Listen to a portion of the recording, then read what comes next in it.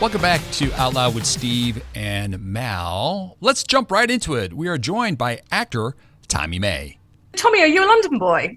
No, I'm originally from Birmingham, right? Right. I've lived down south for about 25 years. I live in Brighton now. Okay. And my parents, I'm what we would call a mongrel. My dad was Serbian and my mum was English-Irish. So my real name, believe it or not, is Tomislav Stojanovic. And I shortened that to Tommy, T-O-M-I, which everyone goes, why is it spelled T-O-M-I? It's because it's shortened from Tomislav to Tommy, T-O-M-I. And I took my mum's maiden name because when I first started acting, this agent said, oh, you'll never get any work as Tomislav Stojanovic. Everyone will think you're just this wooden Eastern European actor. I went, okay, I'll do Tomi May. And all the jobs, most of the jobs I get playing Russians or Eastern Europeans, you know. That's crazy. That's funny. I kind of wish I'd have kept my original name now, but I've done so many credits under Tomi May, it's a bit too late, I think, to change it, you know. No, you can hyphenate it like the women do. Just add it on there. You know, it'll take you forever to sign your name, but I like it. I like it. The worst thing is if someone calls me like not acting duty and they call me like say the water board or you know electricity, and they, can we confirm with you? Can you spell your name, please? It's like, oh God. And I curse my dad every day, but you know, anyway. That's it. That's my, so it's Tommy, T-O-M-I. See, I like that because no one believes that my last name is Benz. Like they're like, I know, it's quite cool. They put an L in there, they put a T in one. I'm just like Mercedes, and they all look at me like, what? Like, my God, you don't know Mercedes Benz? Is there any connection there? Is there any German connection or? If that were true, would I be doing this?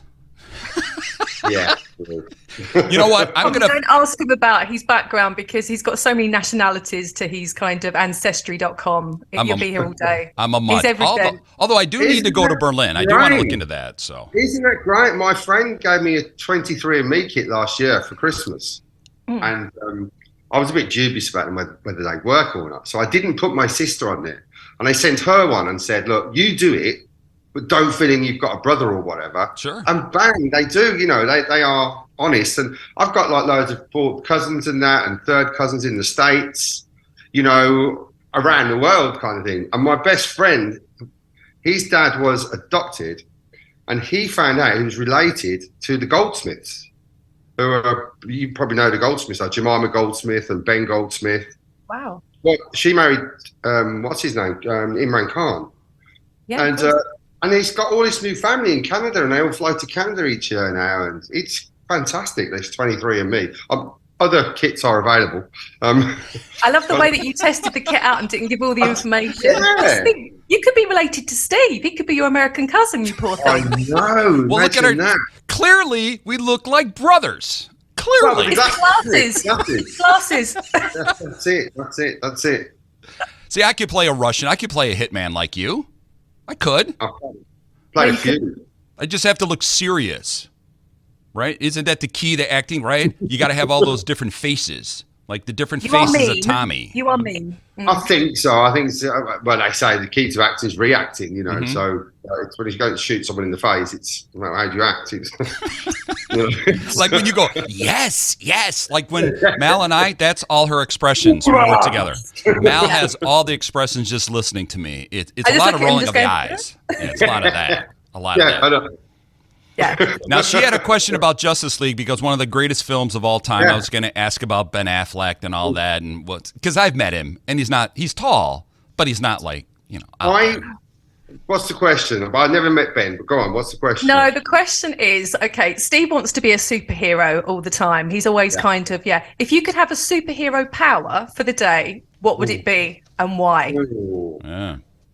See, now, can superheroes, can time travel? Well, of course. Whatever superheroes. power. I'd want to time travel and go back to the Roman Forum and see how it all worked. That would be a good one. Not necessarily the blood sports in the arena. Not that. I'm not into all that. But whenever I've been to Rome, I walk around in wonder, you know, how these buildings were. the Pantheon. It's just one of the most beautiful buildings in the world. Beautiful, isn't it? Why? And we can't build anything like that anymore. Why? Yeah. You know. So I'd love to be able to time travel. I think that's a popular one. It's an obvious one, isn't it? But that's one I always wish I could do. You know, if I could have a superpower. There you go. Yeah, I know. Mal wants to be Wonder Woman and fly around in a what is it? A plane that everybody can see through, right? Transparent plane and a lasso. But if I could put a cape on, I would want to fly. I would want to fly though. If I could put a cape on, it would be the ability to fly. You know, I'd like to be invisible for the day. Oh, that'd be dangerous. I'm a dangerous woman. Dangerous. That's asking for trouble. That is. You'd still knock stuff over. People, you know, just slip into a room and listen to a conversation. Exactly. That's what I want to do. Slip into the bank, steal some money. I don't know. Yeah, you don't want to be doing that. You know, putting things like that in our brains and things of that sort. Wow. So I want to take us back because I did. I'm a Hollywood kid. Do you remember back, like your first auditions? You remember? Can you think that far back? What it was? Yes, I didn't get into acting until later on in life. I used to be a DJ, an international DJ, and I've done a couple of tours. Yeah, I DJ with Boy George for 10 years. So under my real name, Tomi May. So and I'd done 2 tours of America with George, and then he infamously got arrested in New York. I don't know if you remember. Oh, we all do. We all do. Oh, yes. Yeah, and so I was there. That we left him that night, and we said, "George, are you going to be okay?" He went, "Yeah, I'm going to be fine." Flew home, got in after a really horrible flight, put the news on. Boy George arrested. It was like, oh God. Anyway, so after that, I thought it was a great time for me to stop DJing, and I went into acting, and I joined like a local theatre group and that, and then I had got an agent. And they put me up for this thing called, Mal will know this, Crime Watch. And but it was playing it wasn't playing a baddie. It was playing a guy that's driving a car, and there's this taxi driver's been murdered. And he pulls up, looks over and sees the body and reports the body. So I played a guy, and the audition was in London. I was driving up to the Midlands to see my family, and I had my little boy with me. Mm-hmm. And I thought, oh God, I've got to take him in with me for the audition. And they set up these chairs, like 2 in the front, 3 in the back, like a car. Sure. And I said to the director, look, I'm really sorry, I've got my boy, it's the holidays. And he went, no, it's fine. So I put my young lad on the seat behind me, and I'm pretending I'm driving. And obviously in the UK, our driving is on the right-hand side of the vehicle. Mm-hmm. So we stop, I look, and I go, like that, you know. And then my son, Zach, he went, Daddy, what is it? And he came up to me and went, what's the problem, Daddy? I went, nothing, son, nothing. It's just, let's pretend there's a dog in the road. And look, I was better now. There you go. Good doggy, good doggy. I thought, oh, no, I've really ruined the audition, you know. Thank you, son. And the guy, the director, he just smiled and he went, it's fine. And I noticed he had a wedding ring on, so I was praying he had children himself, you know. Anyway, and as I was driving up the motorway, about an hour later, I got a call saying, they loved you. You've got the part. That's amazing. It was the quickest. So I expected every audition then to find out that day I was new, a novice. So every audition I went for, I'd call them a few hours later and go, did I get it? And they go, Tommy, it doesn't work like that. Right, you know, right. Just relax, you know. And I've been like it since in a way. I've been like, I've only seen it now, like sort of 10, 12 years later, I'm kind of learning to forget about it, you know, because if they want you, they'll call you. Sure. You know, and but it's so hard because sometimes, you know, you think you really want that role and you don't hear anything. It's disheartening. It's like going for a job interview every week and not getting the job. It's, you know, it's old adage, but you have to be thick-skinned, you know. Yeah, my first audition, I fell off the stage. So. That doesn't surprise me. So what's the longest? Kind of drunk. So what's the longest you waited to hear back from an audition? Wow, I did this thing called. I did an audition for this Norwegian thing called Headhunters, and I did it. About 3 weeks later, I got the email. The director has gone another way, so you know, thanks but no thanks. So I was like, yeah, fine, forgot all about it. And then so from audition to then about 5 weeks after the audition, I got an email, no, a phone call from my agent. Went, so Tommy, this Norwegian thing you've got, I went, what Norwegian thing I've got? I said, have you not seen the email? I looked, I went, I haven't got it. And I took out the email, and I've got an email saying I haven't got it. I went, no, you've got it. I've got the contract here. I was like, what? Anyway, so I don't know what happened behind the scenes.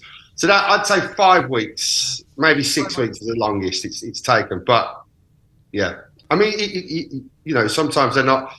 Sometimes you're auditioning now for something that's not going to happen until the summer. You know, I think the bigger the roles are, the further in advance, you know, they audition you for. Could you imagine yourself as a headhunter? Like actually go back several years and you're trying to find people work? Come on now. Not in this field of industry. No, I'm just. So you're trying to find someone a job in a business job or something of that sort. You'd be one of these. One of these, like, oh no. Depends if it's the depends what business. If it was a close protection business or something like that, right. Maybe that'd be interesting. Because we know Mal could do that. You know, Mal is sweet, absolutely. All that. You know, she's very sweet. You ask the right questions. You and me, no, not a chance. We'd be horrible at it. I don't think so. You'd be the bad boys. Well, I did play a bad boy in Headhunters. It's a great show, by the way. It's on Norwegian TV. It's out now. And it's fascinating. It's from they did a film in 2012, and it's a reboot of the film, and they've turned it into a series. I think I've just commissioned the second series, but my character's dead. That's the thing. Every time I get a job, my best friends say, "How'd you die in this one, Tommy?" Tommy, I saw you were in Killing Eve, obviously playing the role of Danny. What was it like to be in that was just such an amazing series. I was glued to that. So quite impressed seeing that, on your CV. Back to my Rome story. Sandra Oh is just absolutely wonderful, right? She is just fantastic. I met them in a London studio, and I was there, and she was on the stage like a hotel, and I'd gone upstairs to the hotel, and we went up there to sort of relax. You know, she was sitting over there, I was sitting here. She went, hey. I went, hey. And she was, so what are you doing next week? I was like, I'm in Belfast. This was Friday.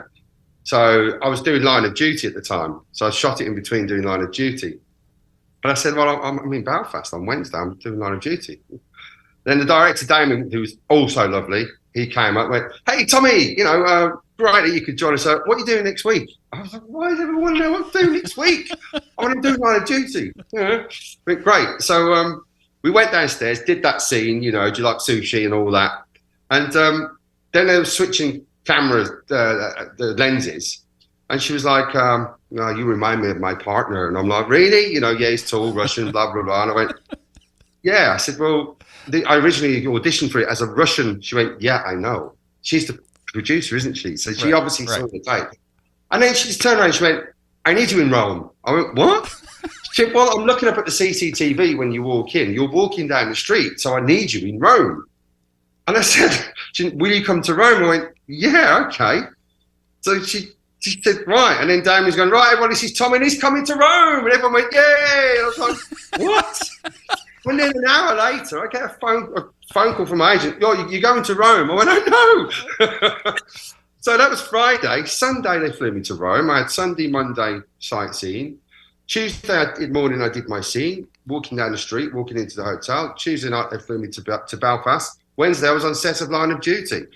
It was the best week of being an actor ever. You know, it just felt great, you know. So, sounds epic. So, Killing Eve was fantastic. I met Jodie as well, Jodie Comer. She's awesome. You know, it was, what a great show that was. And really, it's just epic. One of my favourites of all time. Just watch it again and again. Does Tommy know about your kind of 3-date rule and Out Loud and our relationship premise of the show between the Americans and the UK? We won't go too deep, but I just need to know. Look at his face. He knows exactly what I'm talking about. He knows. 3-date rule. Explain yourself, Stephen Benz. All right. So in like this his world, mom when I say Stephen, there you go. See, within the 3 dates, guys know if you're going to take it to the next step. Is she serious? Are you going to have what we will call relations, because we're going to try to keep clean here or not? You got to test drive the car. That's what I'm saying. Within 3 dates, you should know. I'm just keeping it clean. I think that's cheese. Wow. Where Melissa says it should be 27 with lobster, champagne, all of that. So I'm asking you, And a will potential you know? diamond. Yeah. Is 3 dates long enough? See, the potential diamond, that's wishful thinking, isn't it? That's marriage, obviously. See? There you go. So I'm going to go with Steve. Yes! No. Yes. Hey. Mm-hmm. We were a good team at the beginning. You've let me down. Three guys. I mean, you would know after 3 Well, what about if we push it to 4 dates and a lobster and some champagne and we forget the diamond? Done. Deal. Done. See? All right, done. No, Put it you back. cannot. You cannot negotiate that, Mal. That is not part of the 3-date I'm not rule. negotiating for me. I'm negotiating for the girls of the world. Okay. Absolutely. I agree. We'll throw the lobster in. We'll throw some oysters in as well. There you go. My last question about that. Now, the rules are what dates are. Is a sit down over coffee or lunch a date? Where Mal will say a date has to be dinner, the whole like bonanza for the night. Boodle. If I was to go on a date with someone, I'd want to sit down and have dinner because I think you can tell a lot of things by how they are with the waiter, for example. Okay. What they order, and also you're there. You're there a lot in a situation where you have to speak. See how much they drink. Got that, Mal? How much they drink. Okay. What do you drink, Tommy? What would you drink on a first date? My Achilles heel is wine. Yeah. Okay. I love wine. Red wine, obviously. Summertime, kind of white wine. If I'm in a pub, it's Guinness. Okay. Other states are available. But no, I think a date should be a sit-down meal. A coffee, that's just a meeting. I think coffee. Exactly. I'm very happy about this. Can you see Steve's face? He's not happy. He thought you were going to say, what's the coffee? I'm midlife now. I'm over. Let's say I'm over 40, and I think these days, 51. These days, I think I want to sit down and have a meal with someone. Sure. I don't want to go and have a coffee. Yeah. Right. See how they are with the fork and knife. That's what it is. Yeah. It's no good. Just stab it with the fork. Hey, can I say something? Don't you start going around like you're on Tommy's side that you do the dinner thing because you've been trying to force like other women to go for coffees, and that's a date. I just said a Costa coffee and a donut doesn't kind of quite cut it. Let me throw a game changer in, Mal. So, go on then. Go on. I love cooking. Oh. So third or fourth date, Yeah. I would cook, and I'd say, "Come round to mine." Oh, what you cooking? Well, I yesterday I cooked an amazing Sunday roast, so that's my favorite thing to do. We're going on about lobster. I can do lobster thermidor. Oh, that's good. Lobster thermidor sounds good. I can do that. And Steve does want a Sunday roast when he comes back on. He calls the UK the Rock because he landed here on the Rock and went to see Buckingham Palace. When was it? October time. So he's going to be coming back at some point. So we'll put the warning out when we know he's coming back. I think I'm busy doing my hair. Yeah, I think I might be too. Wow. Look, Katie is asking for me. Okay, Katie's asking for me, so I need to come You're back. always welcome around my place for a roast, mate. If you're ever in Brighton. Oh, I will be. I will be. Mal's not coming, but I'll just come. The bros will go hang out. To Brighton. No, So Mal's got to come. Yeah, there you go. He said that I can come as well. So no. There you go. She's pretty demanding. She is really. I'm not. I'll just eat. Not. I'll bring some champagne if you've got the lobster. That's fine. Is that a good deal? Deal. You had me at champagne. You go. I'll just show up. That's what I'll do. You can carry the champagne. I need someone to hold it. It's going to be a big bottle. It's going to be a big bottle. A big magnum. Tommy, it's great to have you on. Is there a website or is there any social media that you want to send everybody to? Go follow you? Well, you can catch me on Twitter. I'm not massively active on Twitter or Instagram, but it's Tomi May, TOMIMAY. Instagram's Tomi May Act. And you can see all the things. My agents are international artists. Fantastic. But yeah, I mean, look out! I'll be tweeting about Classic. That's the next big thing. Fantastic. I can't wait to see that. You are welcome on this show at any time, with or without Mal. Even we just talk about relationships and how you and I see the world the same way. We need to explore that one, Steve, don't we? We need to explore that. Don't take any advice from Steve. Whatever you do, it will end up ugly. It's not a good idea, Tommy. Not true. Absolutely not true. See, he and I, we're together now. Drop tips, mate. You know, yeah. Always, we are mates. Tomi, thank you so much for appearing on Out Loud. We will see you soon. Thank you so much.